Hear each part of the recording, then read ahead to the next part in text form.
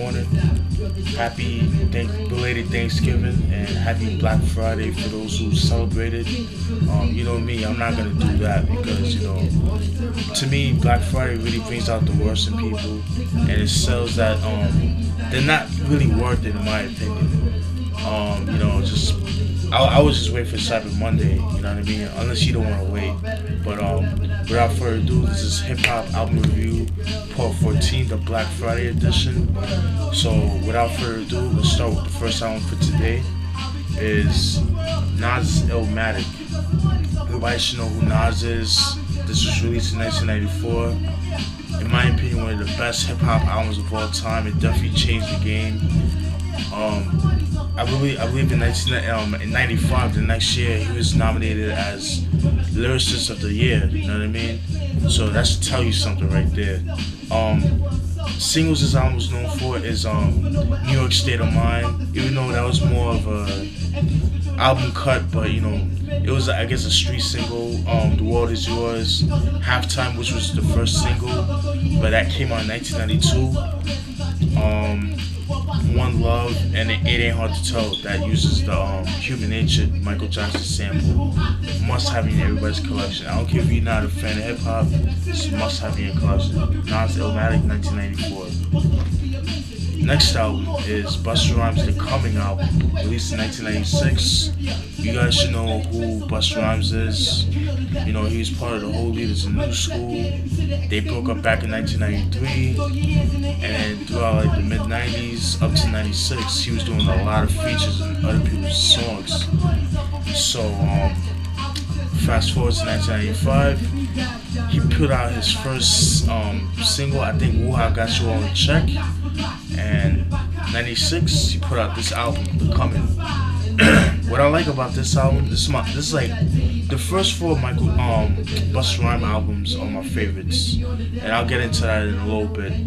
But this is definitely a classic album, must have in everybody's collection. This is when Busta Rhymes was into the whole, the apocalyptic, he had that apocalyptic thing going on for him, like, the whole, the war was about to end in the year 2000, which it really didn't, because we're still here, you know what I mean? But he had that thing going on. It was a good theme. It was a good topic to talk about. Made you think, this is before the internet was like really popping like that, you know what I mean? So a lot of people didn't really have a lot of resources to look upon, excuse me. So singles this album is known for is It's a Party with Shawnee, a dope R&B group from the mid-90s, early to mid-90s, mostly mid-90s. Whut Got You All in Check and Abandoned Ship, which was also a single too. Must have in your collection if you're a Busta Rhymes fan or fan of 90s hip hop. Must have Busta Rhymes The Coming, released in 1986. Then we got Busta Rhymes' fourth album, The Anarchy, which was released in 2000. In my opinion, a very underrated album. This was released in 2000. Hold on.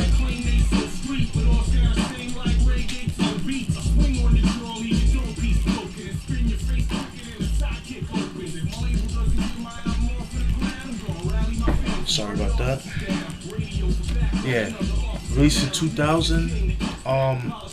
This is when the world supposedly got to became, was about to end and stuff like that. And it's just like post-apocalyptic, his name Anarchy, you know what I mean? Dope title, dope album cover. To me, this was the last good Busta Rhymes album, in my opinion. Because like I said before in the Genesis album review, I kind of feel like Busta Rhymes fell off after this album. He started going to this commercial BS, he's just jumping on chick tracks and just doing songs for the clubs. Even though he did that before, but it wasn't corny, it was dope, you know what I mean? Like, it's just, I don't know, man, like Busta Rhymes, like, it seems like now he can't put out a decent album to save his life, man. Like when it comes to features, he's murdering the features. Like he's killing the features. But when it comes to like solo albums, it's a no-go. But if you're a fan of Busta Rhymes, this is a must-have in your collection. This is Anarchy, released in 2000. Singles this album was known for is Get Out and Fire. And I believe that's it. But this is Busta Rhymes, Anarchy, released in 2000. Then you have Method Man's Tical 2000, Judgement Day. In my opinion, another underrated album by Method Man. Although a lot of the such as myself, like a Wu head such as myself, they actually love this album. I'm a fan of both albums. I'm a fan of Tical and Tical 2000, Judgement Day. This one's a little bit more. It's dark, but you know, it's like scary dark in a way. I guess if you want to say it like that. In this album, he was going more for the post-apocalyptic feel to it, just like the Anarchy album. You know, about the world about to come to an end in 2000, which it really didn't.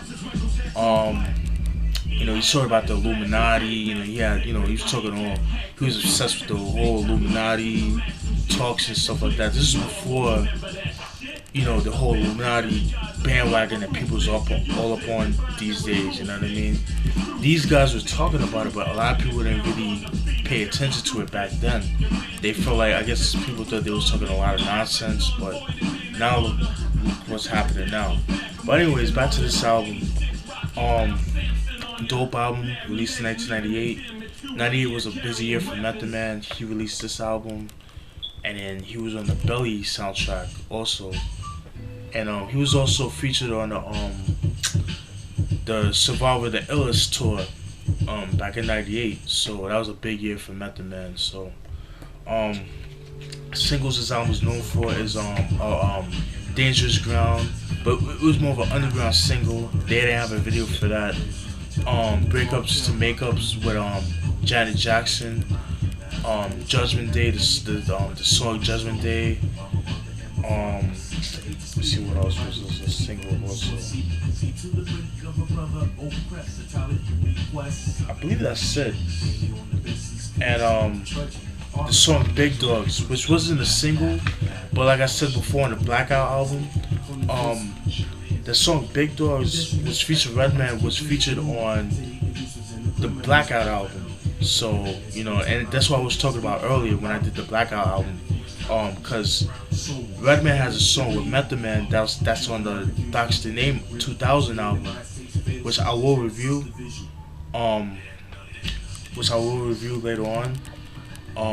That song is also on the Blackout album, so that's what I was talking about. You know what I mean? So, but anyways, this is a pretty dope album. It's a must-have for every Method Man album. In my opinion, the first two Method Man albums are the shit. Are his best albums. From what I read, on the Hip Hop DX interview that Method Man did, he's supposed to come out with a new album called Crystal Method. Crystal Meth, excuse me. And that album is supposed to be it should be a combination of this album and the Tical album that was released in '94, but with a new twist. So hopefully, I'm waiting for that. So he says he's gonna take his time with the album. We'll see what happens. So this is Method Man, Tical 2000, must have in your collection. Let's see how much. Next album is Nas's third album called I Am, released in 1999. This to me is an underrated album by Nas. Pretty dope album. This album supposedly was supposed to be a double disc album, but I guess what happened was some of the songs were left off due to sample clearances, and a lot of those songs you could hear those on Nas's Lost Tapes album. Pretty dope compilation album. If you don't have that, you should have that in collection. I don't have it, I've been meaning to get it, but you know, I just never got around to it. But I did hear the album; it's pretty dope. But anyways, back to this album. Seems this album was known for is "Hate Me Now" with Puffy. What else? What else? Nas is Like was just a single, dope song. One of my favorite, all-time favorite Nas Primo collaboration tracks.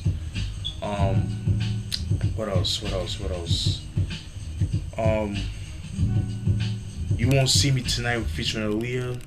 I think that was a single. I don't know if it was or wasn't, but it should have been a single because that would have been a dope single. Little trivia about this album. Is that the album cover, you see Nas in the Sphinx, you know, the Pharaoh type look. Is that when he was doing this album, when he put the mask, this is a real mask that he had on. What's crazy about this is that Nas almost suffocated doing this. Like they had to pull like through, they had to make like 2 nose holes just for him to breathe. Crazy, you know what I mean? Something I read up on the internet somewhere, I forgot where, but definitely a dope album, must have in your collection. Definitely one of his most overlooked albums in my opinion. Nas is Like, Nas I Am, must have, released in 1999. Then we have this album, Nastradamus. This is when Nas really started going to this commercial bullshit. When you put out that bullshit Nostradamus song, Nostradamus, I hated that song. And he came out with this one song, You Owe Me, with Genuine. I hated that song too. I'm like, Nas, what are you doing? You know what I mean? A lot of people hated this album, but then years later, you know, I gave it a chance again, and it has some bangers, man. But you know, it's definitely not his best album, but I would rather listen to this album than his latest albums, like, you know, Hip Hop Is Dead, Street Disciples, you know, the Nigga album. Those 3 albums I didn't like, you know what I mean? Because I kind of feel like when he came out with Street Disciples is when Nas started like falling off, in my opinion. Like, the lyrics are still there, but his production choices, his ear for beats just started getting kind of watered down. It was like beats. It was just beats that he just chose just to choose. Like, he didn't really take his time, you know what I mean? Which pissed me off, you know, because I know Nas could do better, you know what I mean? But this is Nostradamus, released in 1999, same year as Nas I Am. One of the few artists, I think DMX and Nas were the only 2 hip-hop artists that released the album the same year, because DMX released It's Dark, Hell Is Hot in 1998 in the summertime, and he released Flesh My Flesh, Blood My Blood back in, I think, November of 1998. Both 2 dope albums, a must have in everybody's collection. But back to Nas, this album could have been better, but It'll Grow On You has some decent songs, you know what I mean? But this is Nostradamus, released in 1999. This album was actually released, which received double platinum, which was crazy, but it is what it is. Then we got Ghost Dog, The Way of the Samurai. This is the soundtrack to the movie Ghost Dog, released in 1999. Pretty solid album, compilation soundtrack. This is when back in the 90s, soundtracks were actually meant something. Nowadays, soundtracks you know the deal with that. But dope movie, by the way, too. Must have in your collection. If you're a Wu fanatic like I am, this will really appease Wu heads, because it definitely had a lot of Wu affiliates on the album. You know, got people like Sons of Man, North Star, who are Wu affiliates, Black Knights, Wu affiliates, Sugar Bang Bang, Tequila, Master Killer, Royal Fam, Melly, 12 O'Clock, J-Ru, who isn't really a Wu affiliate, Afu Ra, Wu-Tang, and RZA. You know, can't go wrong with this album. This is a must-have in your collection. Then you got Redman's Muddy Waters.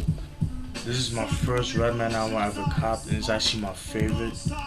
But then growing up, you know, buying the other albums, my favorite Redman albums are the first three, which are What the Album, there was a Dark Side, and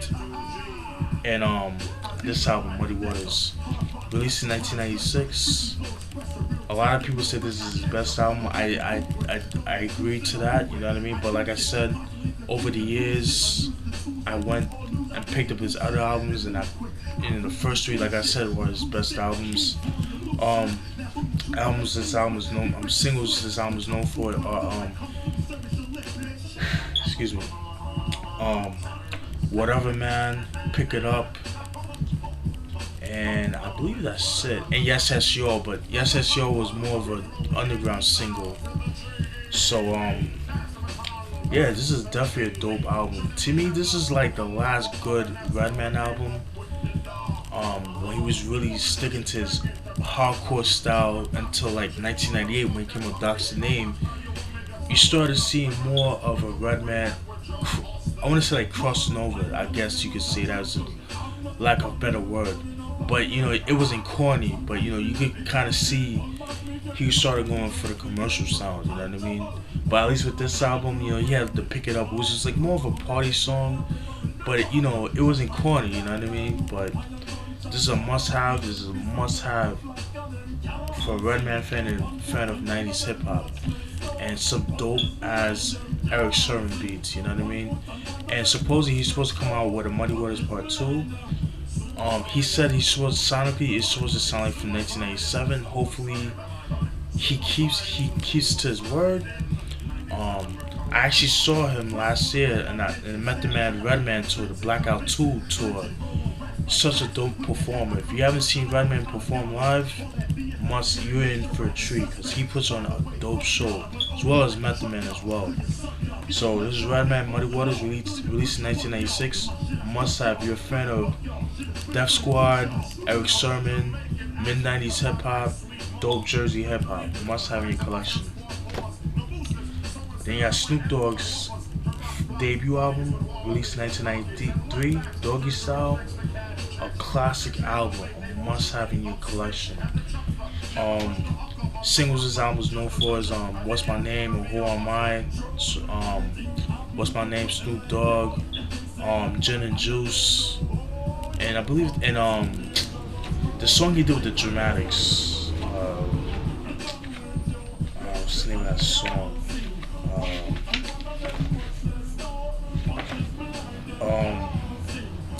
Doggy Dog World, if I'm not mistaken. It's a song where he did with the Dramatics. That was also a single too. Must have in your collection. Some of Dr. Dre's illest beats, in my opinion. To me, this is like the only good album he put out. The rest were kind of eh. Dog Fart was eh. I didn't buy the album.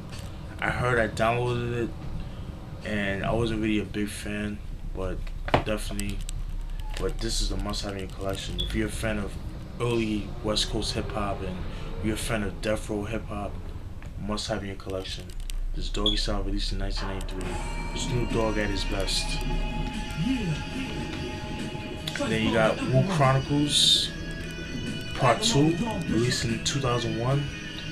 This is a must have for every Wu fanatic or Wu head, such as myself, like I said again. This is a collection of unreleased songs or songs that like unreleased songs or like rare songs. A lot of Wu affiliates on this album. You know, this is a must have in your collection. A lot of stuff from the 90s and stuff like that. You would definitely enjoy this album. Definitely released in 2001. Must have. Then you got Redman's first song, What the Album. You guys should know who Redman is. You guys don't know, go on Wikipedia. But anyway, this is released in 1992. What the Album. Must have in your collection. Songs this album was known for, singles this album was known for is Time for Some Action, which they have a video for. What else? Tonight's the Night. Blow Your Mind. And I believe that's it. Blow Your Mind, Tonight's the Night. And that's it. Those are the singles. Must have. You're a fan of, again, EPMD, Redman, Eric Sermon, Def Squad. Well, at this time, he was part of Hit Squad because they didn't have Def Squad until Eric Sermon and EPMD broke up and shit. So this is Redman at his best at the time. Pretty dope. Must have in your collection. Let me see how much time I have left. I'm gonna put a stop right there. So hope you guys enjoyed that review. Peace. And have a happy Black Friday. And eat up a lot of turkey and stuff. Peace. I'm about to do that myself. Peace.